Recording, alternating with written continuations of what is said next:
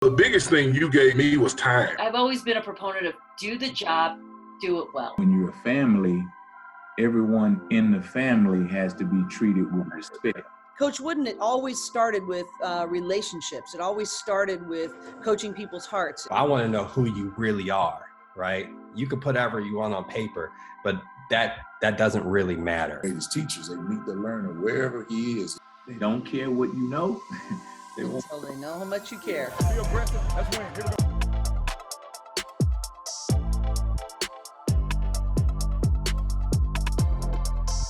I want to thank you, one of my longtime heroes, and you don't even know it, but one of my longtime heroes. I appreciate you for taking the time to jump on with us.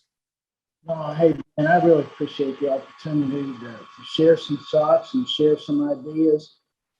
We have a relationship that goes back a long way, but it seems like it's just yesterday that we were together. You were a young player, I was a young scout, and we're both trying to find our way. And as you know, as we move through this endeavor, we're always trying to find our way. We're always trying to learn and be better at what we do. Right. Well, as we jump in, one of the things I want to ask is, we never have a formal introduction, which I think is cool, because formal introductions sometimes will overshadow your story. And so I want to give you the opportunity to take us from being a small town kid in Pittsburgh to eventually taking the path that takes you to be the general manager of the Pittsburgh Steelers. You can leave out what you don't want to put in there, and you can definitely throw in the great parts about meeting me. Hey, as you know too, Van, I recently retired from my position as a general manager. I'm still with the organization in a lesser role. But just to clarify, no longer the general manager as of past draft. Yeah. But you know what? It's growing up in the city of Pittsburgh, as a Pittsburgh Steeler fan, there was always football in this region, much like your home state of Texas. Football in Western Pennsylvania is a huge part of our lives. And some of you guys were good enough to play this game at a professional level, and some guys like me were very lucky to play at a high school level. But fortunately, there was a great connection through the Rooney family with people in the personnel world. Art Rooney Jr., who was nominated for the Hall of Fame this past weekend, always looked out to high school coaches to assist with their evaluations because their scouting staffs were small. And one of the people, coincidentally, that high school where the Rooneys attended, I also attended. And the great man that you know, the late Ron Hughes, was one of those high school coaches. So while Ron was my high school coach trying to win games with bad play, the Steelers, the people that Art Rooney Jr. liked, they would be hired by he would recommend them to be hired by Blesto, the Scouting Combine, which was headquartered in Pittsburgh at the time. And so those high school coaches moved into the scouting world.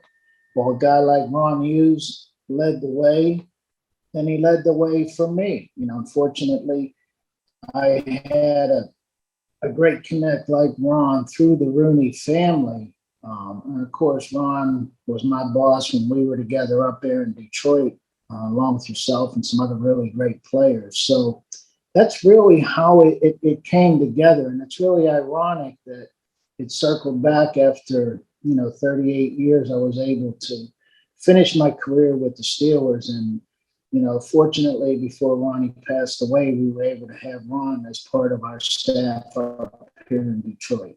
So as you know, in our business, it's a relationship world. But again, the ability to be able to do this at a professional level with a very minimal skill level on my part. It was truly a blessing. And I just think it points out to everybody out there that no matter what your skill level is, follow your passion. You're going to find something that you want to do. Wow. Now you spoke of the Steelers organization, and man, a lot of great players, great coaches that you've had the opportunity to work with. I was listening to a podcast with Mike Tomlin, and I've had an opportunity through you had an opportunity to meet Mike Tomlin, and man, just the way he talked about his role in the organization, but about the organization as a whole. Can you speak to what it was like? Of course, I know as a kid growing up and being a fan of the Steelers, but what it was like to be in that building, the culture of that organization. What was that like for you? Yeah, I mean, look, there's a lot of great organizations in all sports, the NFL included, and obviously the Pittsburgh Steelers are right at the top of that list, which is owned by one family, the Rooney family. And that family grew up literally blocks away from Heinz Field. And again, as I mentioned, I grew up in that same kind of neighborhood, and it's always been a family. But what they always expressed was from the chief, who was the founder, to Mr. Dan Rooney, Hall of Fame member, who took over as the president, through their son, Art II, who is now the team president. It's always been about doing championship football in the right way. And it sounds simplistic, but Mr. Rooney, Mr. Dan Rooney would always tell us, just do what's right. And I would say, well, Mr. Rooney, what's right?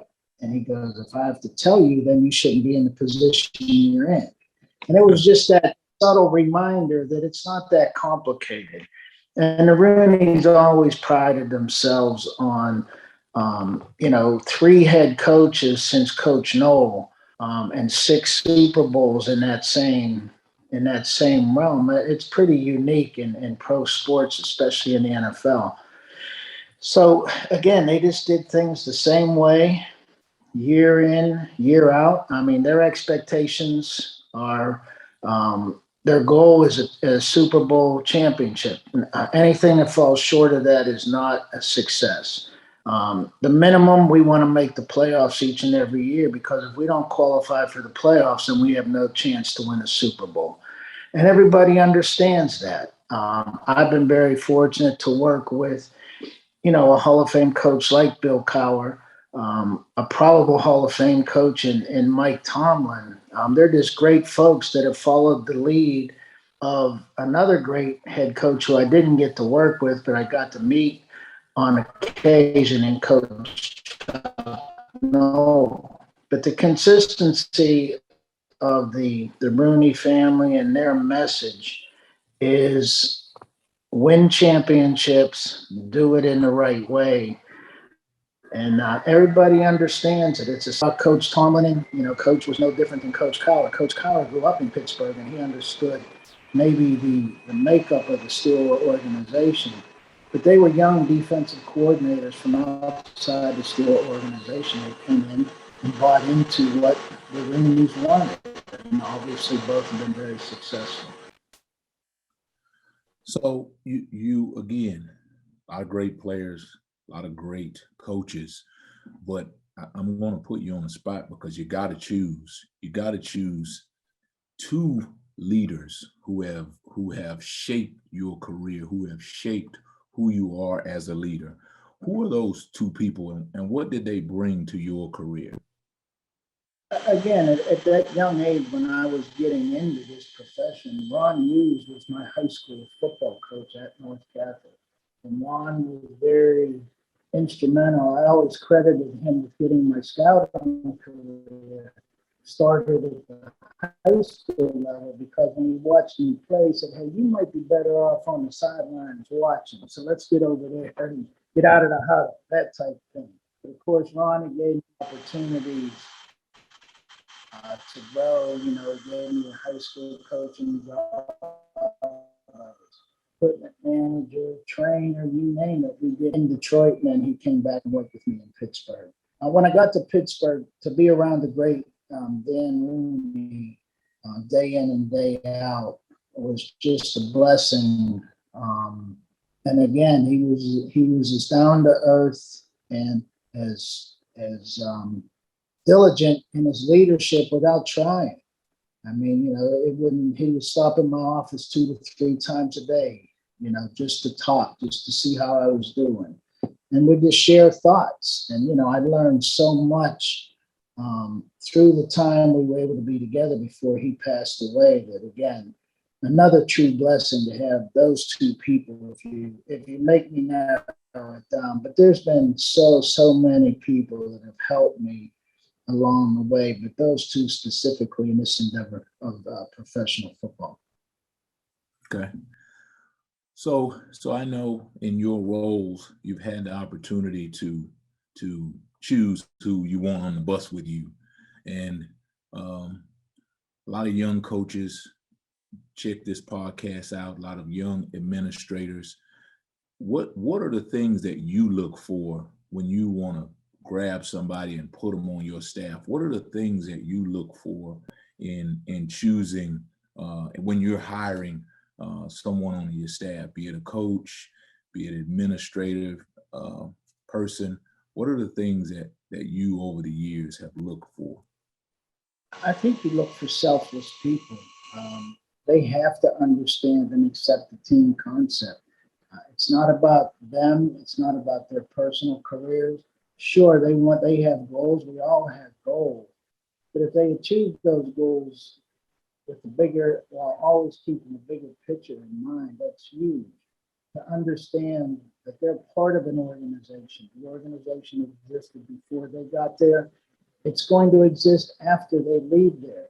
So it matters not what the individual wants to accomplish, but it matters is how they want to accomplish it and understanding their team goals. So selflessness will always be first and foremost.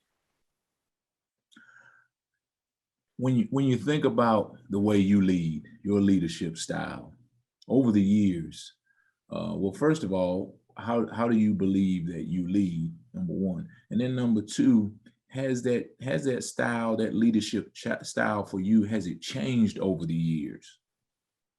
No, I really don't think it has. I mean, to me, I'm never going to ask somebody to do something that I wouldn't do myself. You know, up until, again, my retirement, I was very active, being out on the road, visiting schools, going to games, watching video, writing reports. And it wasn't that I didn't trust our scouts to do it, but I wanted to be part of it. I always used the little comparison, and I hate to do it, and I'm trying not to be disrespectful, but the Pope still says Mass. And I still take that I don't want to take that for granted. And again, I'm not going to ask anybody to do anything that I wouldn't or haven't done myself. So has that changed over the years? I think it has somewhat. I mean, staffs are getting bigger. Staffs are maybe getting more disconnected. You know, again, I'm an older guy, and the analytic world is, you know, it's trying to make things quicker and easier. And in some aspects it does. I understand that. I accept that.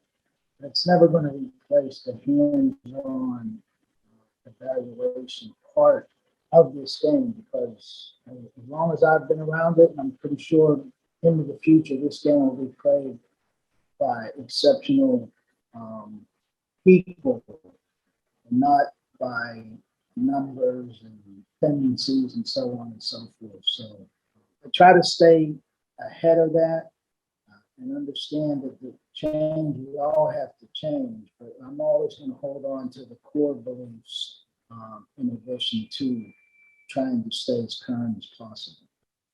Right. So the last 2 years have been a challenge for our country, really. And you know, with COVID protocols in the world of sports, with social justice initiatives and issues that we've dealt with as a society. How has the last 2 years helped shape who you are as a leader, right? As a leader in your field, talking about with COVID, with social justice initiatives that we've really grown from in our society. No doubt, man. And as you mentioned, it's not only COVID and the social justice issues were not only things that had to be dealt with by college football or professional football or high school, whatever level, but it had to be dealt with in the world. COVID, I think, opened my eyes to understanding you can never take anything for granted because it can all change in a heartbeat. And unfortunately, it did. And, you know, tons of people were hurt. Unfortunately, we had deaths. We had changes of life everywhere. But the one thing we tried to understand and appreciate was maybe it taught us, not to take anything for granted, but there's other ways to do things, and there might be more efficient ways to do things. So I think you always try to find some kind of growth out of a negative experience.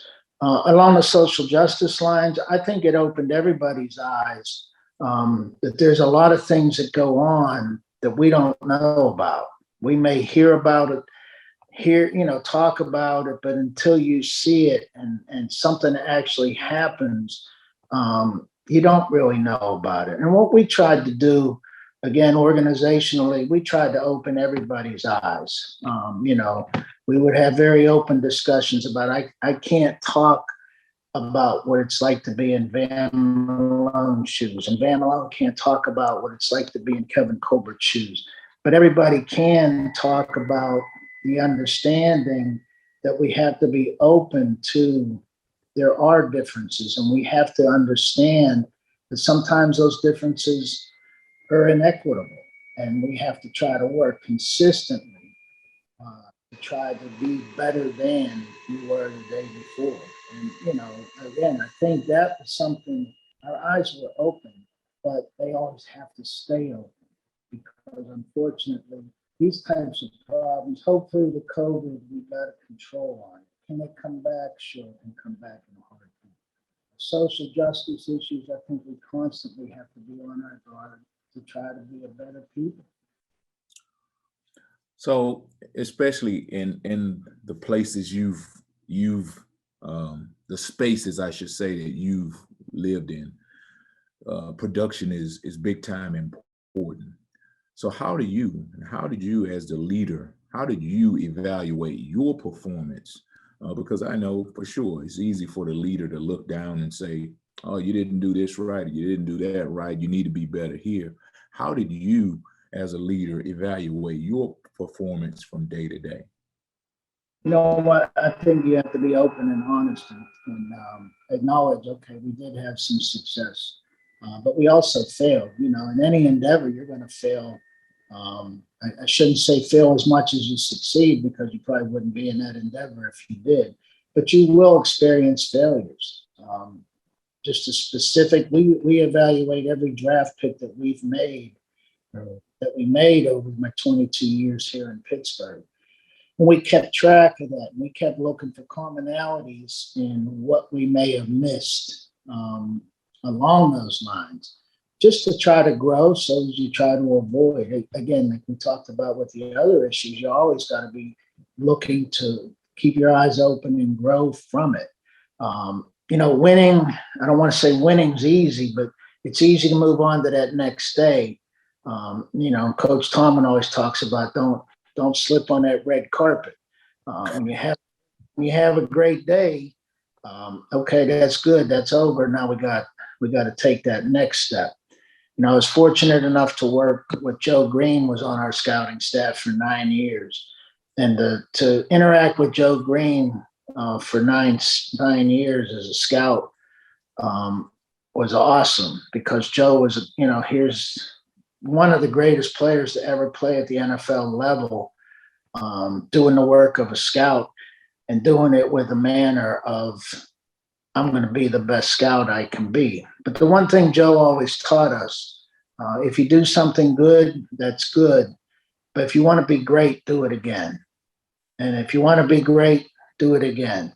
And, I never forgot that. So I think we always got to look back, understand that we did fail, acknowledge that failure. Don't talk about it. Don't make an excuse about it. Look, you either win or you lose. If we won, great. Let's build off it. If we lost, why did we lose? And how can we avoid that in the future? But again, even if you won, do it again. I mean, it's never going to stop. You just got to keep trying to be great. Yeah, you speak of Joe Green. I remember meeting Joe as a scout, and I thought, you know what, that can't be Joe Green, because of the way he is operating.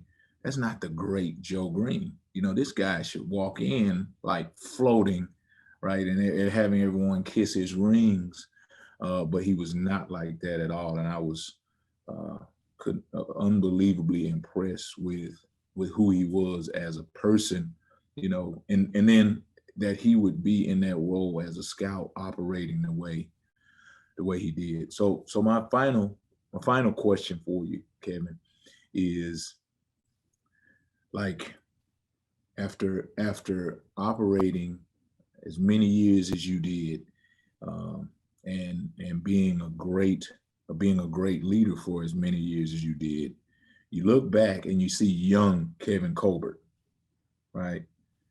What would you tell that young dude at the end of your career that you wish he would have known back then? What advice would you give young Kevin Colbert that today?